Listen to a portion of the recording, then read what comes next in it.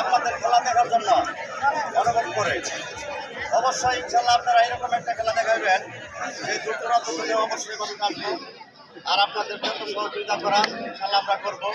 আমরা আগ্রহ ছিলাম থাকবো যে কোনো সময় ইনশাল্লাহ আমাদের আপনারা বাসা পাইবেন। কথা বলার জন্য অনুরোধ করছি আমাদের রতন ভাইকে।